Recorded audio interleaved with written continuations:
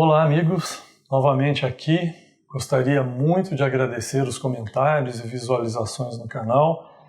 Quero mandar um grande abraço a todos vocês também por estarem ajudando a divulgar por todas as redes sociais.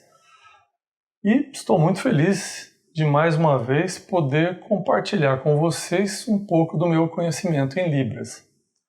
Ok, hoje vamos atentar para questões teóricas que num primeiro momento, pessoal, vão parecer muito complexas, mas são de extrema importância para continuarmos os nossos estudos. Acreditem, continuem assistindo até o fim, não desistam, porque vai ficar tudo muito claro, ok? Não me abandonem, hein? Até agora, a consolidação do status linguístico das línguas de sinais ela é inegável, já vamos repetir sempre isso. E o que realmente diferencia a Libras da língua portuguesa é apenas a sua modalidade. Uma oral auditiva, outra visoespacial.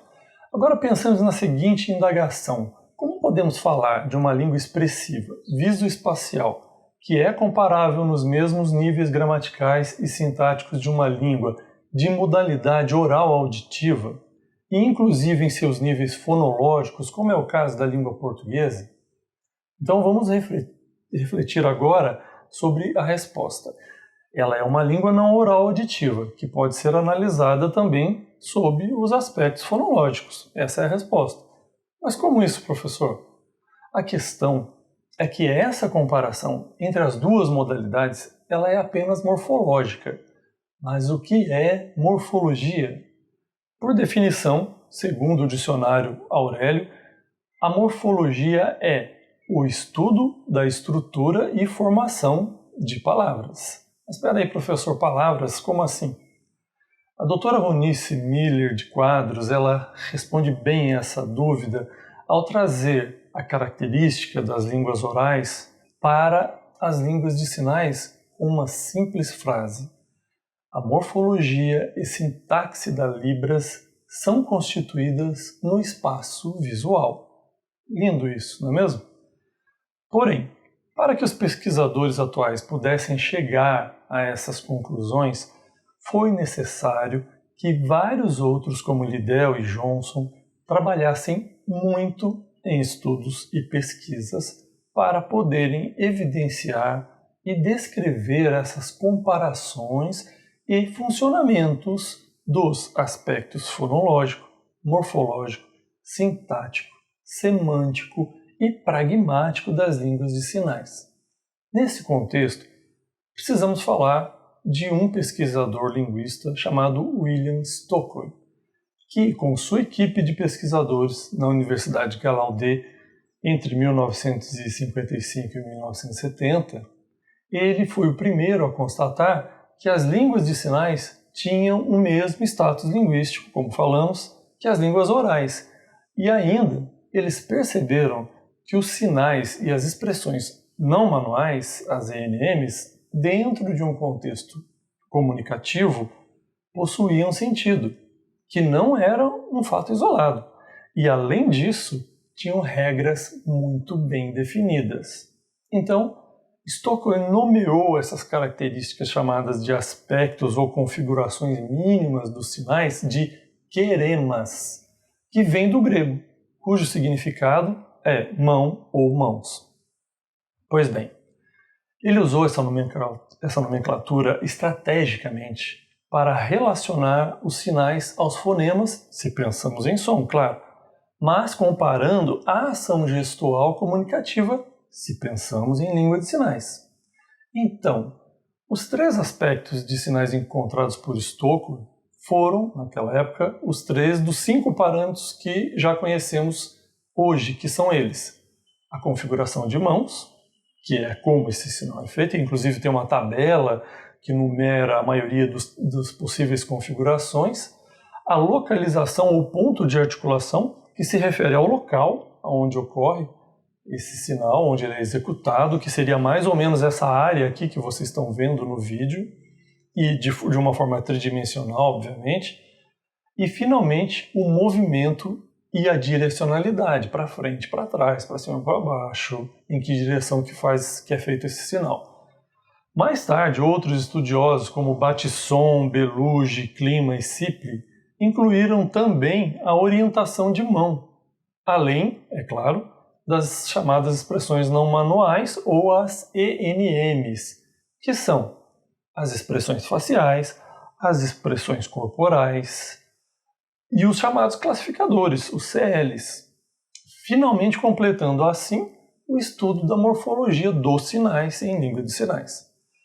Eles argumentaram em favor da inclusão desse parâmetro, a orientação de mão, na fonologia das línguas de sinais, baseando-se na existência de pares mínimos que representam a mudança do significado com a modificação de apenas um parâmetro. Atenção agora, pessoal. Assim, meus amigos, em nível linguístico, confirma-se ainda mais o que temos falado repetidas vezes até agora. A Libras possui todas as características que podem definir uma língua como tal. Resumindo, a língua brasileira de sinais é uma língua visoespacial, que pode ser analisada através de 5 parâmetros comparativamente aos fonemas na língua portuguesa. E, resumindo, o que são eles? A configuração de mão, o ponto de articulação, o movimento ou a direcionalidade, a orientação de mão e, finalmente, o quinto e último grupo formado por componentes que resumem as expressões não manuais. Enfim, esta é a configuração do sinal, é o sinal de parâmetro da Libras. Esse é um dos sinais que são feitos para indicar parâmetros da Libras, alguns assim. Então, pode variar, questões de variacionismo linguístico. Pessoal, não me abandone, não parem de assistir, porque parece mais complicado, mas não é. Agora eu vou explicar de uma forma mais simples, vou dar um exemplo que vai ficar bem claro tudo isso que eu falei em contexto teórico. Muito importante, pessoal. Agora eu vou pronunciar 3 palavras da língua portuguesa. Prestem bem atenção nelas e na pronúncia. Pata, bata, mata. O que nós observamos nessas 3 palavras? Que os significados dessas 3 palavras, se modificaram apenas com a alteração de um segmento fônico, P, B e M, os quais constituem as chamadas diferenças fonológicas nesses 3 exemplos da língua portuguesa.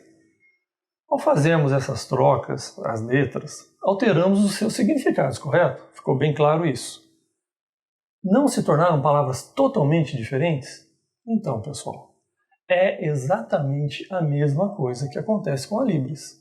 Vamos então ver agora 3 sinais em Libras para comparar essa questão fonológica. O sinal de oportunidade, experiência, pecado. O que mudou, pessoal, nesses 3 sinais? Não foi o ponto de articulação? No primeiro sinal, o ponto de articulação foi aqui. No segundo sinal, o ponto de articulação foi aqui. No terceiro sinal, outro ponto de articulação. Observem que os outros parâmetros se mantiveram os mesmos. Então, olhem só, comparativamente na língua portuguesa, alterando um segmento fonológico da Libras, que são os parâmetros, e na língua portuguesa foi a letra ou segmento fônico, lembrando que a gente alterou um dos parâmetros apenas, que foi o ponto de articulação. Também na Libras alteramos o seu significado, ou seja, mudamos um parâmetro, mudamos também o seu significado. Foi a mesma coisa que aconteceu. Quando foram alterados apenas uma letra de cada palavra, não aconteceu a mesma coisa? Realmente muito interessante isso, não é mesmo, pessoal? Olhem só, amigos. Vejam então como é importante sabermos de tudo isso. Se não soubermos bem a Libras e a língua portuguesa, Como é que a gente vai fazer bem um sinal, uma articulação, uma conversação? Corremos o risco de produzir verdadeiras aberrações ao sinalizarmos incorretamente.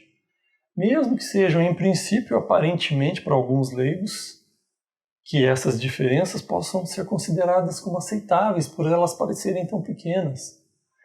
Viram só? Também, como temos que saber a língua portuguesa, como é que nós vamos explicar essas coisas se a gente não entende a nossa própria língua materna? O pior, amigos, é que tem pessoas que ainda acreditam ou vendem a ideia de que é possível se aprender Libras totalmente à distância, pessoal.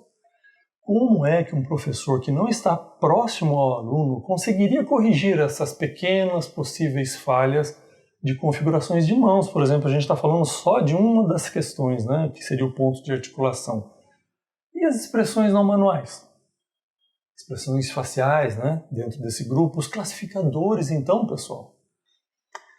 Eu sempre digo que se você simplesmente quer saber o que é Libras, poderá fazer um curso totalmente à distância tranquilamente. Eu mesmo já fiz cursos à distância de temas específicos sobre Libras.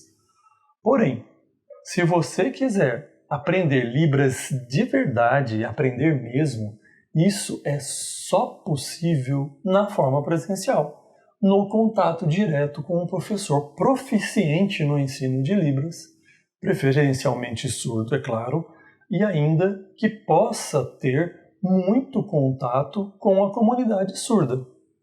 Só então, com muita prática e estudo contínuo, você poderá adquirir o conhecimento necessário para usar corretamente essa língua tão maravilhosa, que temos a oportunidade de aprender. O último aspecto morfológico que mencionamos hoje foram os classificadores. Esse sim vai exigir também muita atenção nossa aqui nesse canal. No nosso próximo encontro, vamos falar ainda mais, claro, sobre a composição lexical, ou seja, vamos falar bastante sobre os sinais sempre, né? Para que isso possa ficar bem diferenciado, né? E que eles também são classificados basicamente em 3 grupos, que são os sinais icônicos, os sinais arbitrários e os sinais incorporados. Bem, amigos, então é isso. Hoje é só. Mais uma vez peço que curtam aí, cliquem no joinha antes de encerrar o vídeo, ajudem a divulgar, se inscrevam no canal, fiquem à vontade para fazer os seus comentários, sempre todos são muito bem-vindos. Um grande abraço a todos, Deus os abençoe, boa semana, até a próxima. Fui!